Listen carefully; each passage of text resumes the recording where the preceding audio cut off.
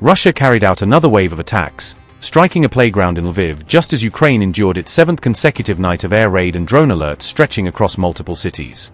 On January 15th, according to Governor Maxim Kozitsky, a Russian drone directly hit a playground located in the central part of Lviv, causing damage but sparking no fires at the scene.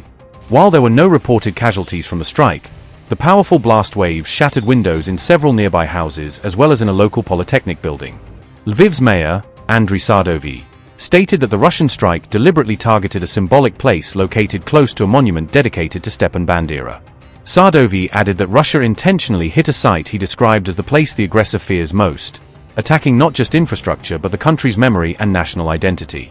Officials confirmed that in Kyiv's Solomyansky district, fragments of a downed drone fell directly onto the roof of a residential building, adding to property damage in the city.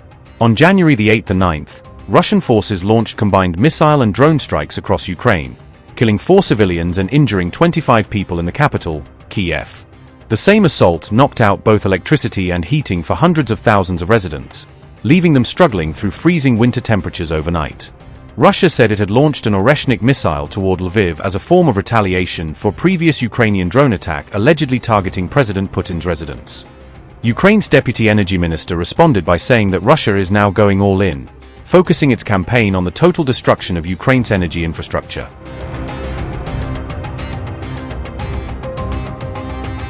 Meanwhile, Ukrainian forces carried out an attack on the Novonomysk Azot chemical plant, located in Russia's southern Stavropol Krai region. Videos circulating online showed large fires burning at the chemical facility, which is known to be one of the biggest industrial plants in southern Russia. The targeted plant reportedly provides chemical materials used by missile engine manufacturers and companies that produce military explosives. The Novonomysk Azot facility manufactures RDX and HMX explosives, which are crucial components in artillery shells and high-powered missile warheads. That same facility was attacked 4 separate times last year and temporarily shut down operations following a massive strike involving 13 drones.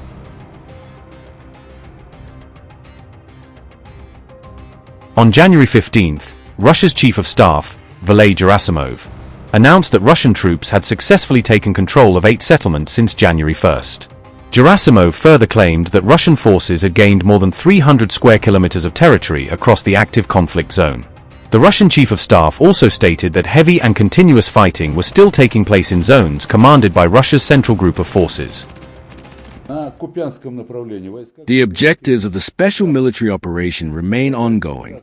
Combined Russian forces continue to advance on nearly all fronts, maintaining sustained offensive actions by various formations and military units. In the first 2 weeks of January alone, a total of 8 settlements were successfully liberated, bringing over 300 square kilometers of territory under our control. The northern group of troops remains engaged in fulfilling its mandate to expand the security perimeter in Ukraine's Sumy and Kharkov border regions. As part of this effort, the settlements of Gorbovskoye and Komarovka have now been secured. In the Kupiansk sector, forces of the Western Group continue dismantling enemy formations and neutralizing Ukrainian armed resistance. The settlement of Futile has been liberated. Street fighting is still underway, and the liberation of Kupiansk-Uzlovoye is approaching completion. Following the liberation of Kupiansk in November, Western Group units faced several attempts by Ukrainian forces to symbolically re-establish their presence in the city, including efforts to place flags on administrative buildings using drones. These provocations have since been thwarted. Simultaneously, the troops of the Western Group are actively progressing in the Krasnolimansk direction. Meanwhile, the Southern Group, having secured Seversk, is advancing westward towards Slavyansk. Fierce fighting continues around Konstantinovka, where efforts are concentrated on dismantling a major Ukrainian armed forces unit. The Eastern Group, after liberating Gulepol and crossing the Gaishu River, is advancing through the Zaporozhye region and is also expanding the security perimeter around Dnipropetrovsk. Units of the Dnieper Group are moving in the direction of the city of Zaporozhye. The settlements of Belagary and Novobekhovskoye have been liberated. The most intense fighting has occurred in the area of responsibility of the Central Group of Forces. These units and formations, having completed the encirclement and destruction of enemy elements, successfully liberated Krasnoarmeysk and Dmitrov.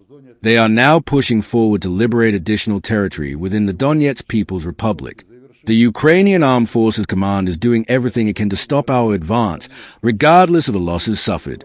However, thanks to the courage and heroism of our soldiers and officers, the careful and well-coordinated work of our headquarters, and the confident leadership of unit commanders, the enemy's plans have been disrupted. Today, as part of this briefing, we will assess the outcomes of the combat missions completed by the Central Group of Forces. We will also define the upcoming objectives and clarify the next steps.